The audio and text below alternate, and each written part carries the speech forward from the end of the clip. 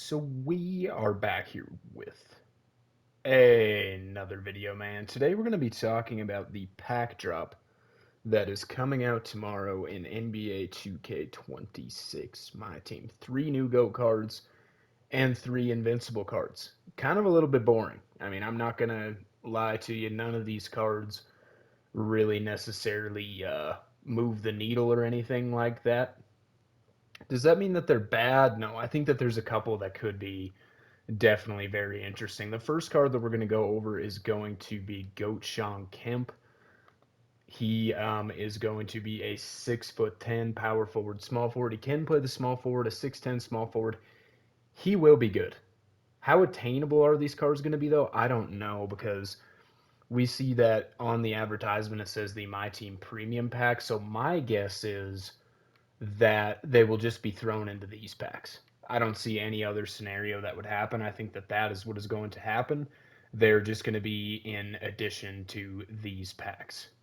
Now, this kind of brings up an interesting question of what we could see Friday. Are they just going to continue to add to these packs? Which, if they do, it's kind of another level of laziness. I'm not gonna lie. Like there is a lot of promos that they could drop. They could do fan favorites. They could do out of position.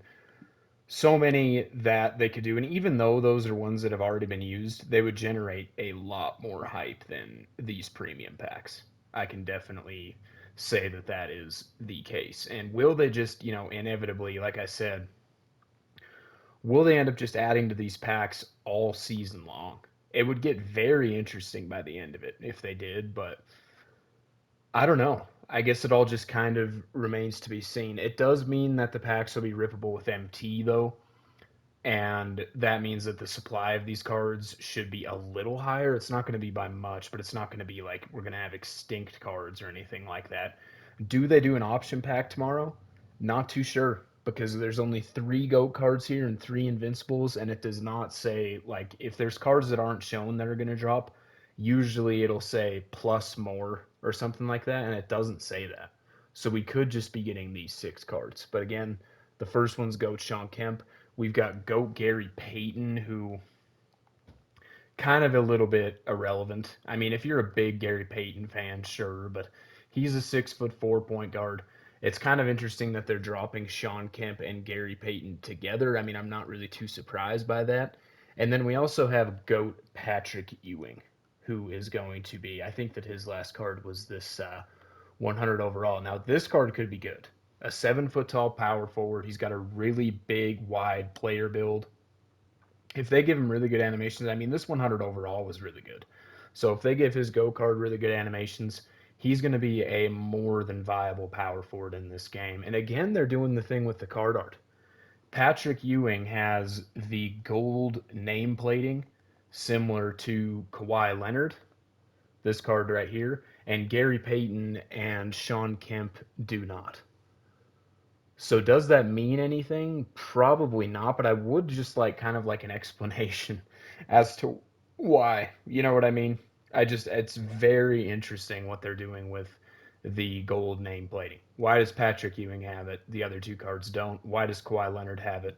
The other ones don't. The only thing that I could think is that maybe Kawhi Leonard was meant to be the level 40, and this was kind of a little theory that I had. I was talking to some people about it.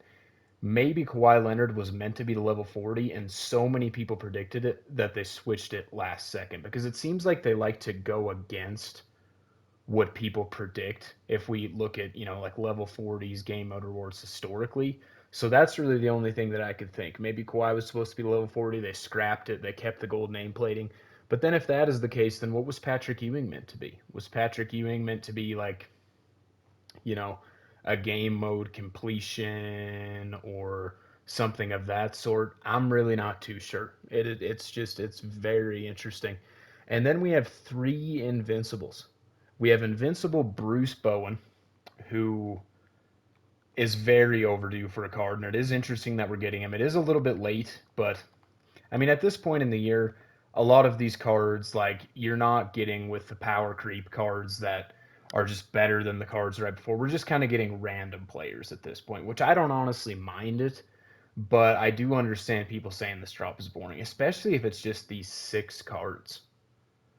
It's really, I mean, it's better than not getting any new cards at all, is what I will say. At least there's something fresh tomorrow. But yeah, obviously everybody's talking about this Diamond Bruce Bowen. He was insane at the beginning of the year, 6'7" 2 guard.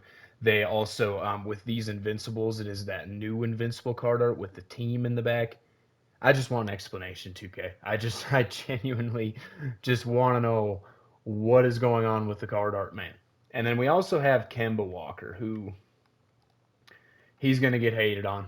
I mean, obviously, he's not usable online. He is a 6'1" point guard, but deserved of an invincible because he had a very underrated couple years there in Charlotte. I mean, he almost single handedly beat the Heat in that round one playoff series, the purple shirt playoff series that we were talking about a few videos ago. The Hornets were up 3-2 on the Heat, and he almost led them to a playoff series win, and he just needed some help in Charlotte, and he never got it. His prime was absolutely wasted, which is kind of sad. But he's gonna, even looking back now, like I think a lot of kids these days don't understand how good Kemba Walker really was because he was elite, and I think deserved of an invincible. And this last one here, may be the most interesting card of the drop. And it's very interesting that he's an invincible. So it kind of probably means, let's see, I think that he has a pink diamond that we can search up really quick and see kind of what his player build is looking like and everything like that. Um, he's a 7'2" power forward. He can play power forward center. Roy Hibbert is an invincible. This card could be a sleeper, man. And the fact that he's an invincible is kind of a W because the invincibles from last Friday's drop are way more common than the GOAT cards, even though the odds for neither are shown. So this card could be good. And there's some people that are actually kind of excited about this card. This could end up being, you know, the most relevant part of tomorrow's drop. I think that there is no doubt about it. I think that Roy Hibbert could be one of the best power forwards in the game just because he's 7'2" and he's huge. He's massive. So if they give him like pretty much perfect animations and everything, which they absolutely could and probably will, to be honest with you, he might be the card to go after. But it's going to be really interesting because a lot of these option packs, like there's only 3 GOAT cards. So do they really do an option pack with just the 3 GOAT cards, like this option pack right here? I think that people will rip it for the GOAT festival cards, not necessarily for like Ewing, Kemp, or Peyton, but they will rip it probably for the festival cards. That's kind of why people rip these ones anyway. Um, but it would kind of be nice if they just did an option pack where you could choose any of these 6 cards. Don't even make it exclusive to the GOAT, because then people would be able to just buy Roy Hibbert. And again, is he going to be better than Kareem or Wemby or Yao or anything? Probably not, but he'll be kind of on like that similar tier. He'll be a very, and just again, hopefully, because if we go and look at the drop last Friday, we have these 6 GOAT cards and then these 6 Invincibles.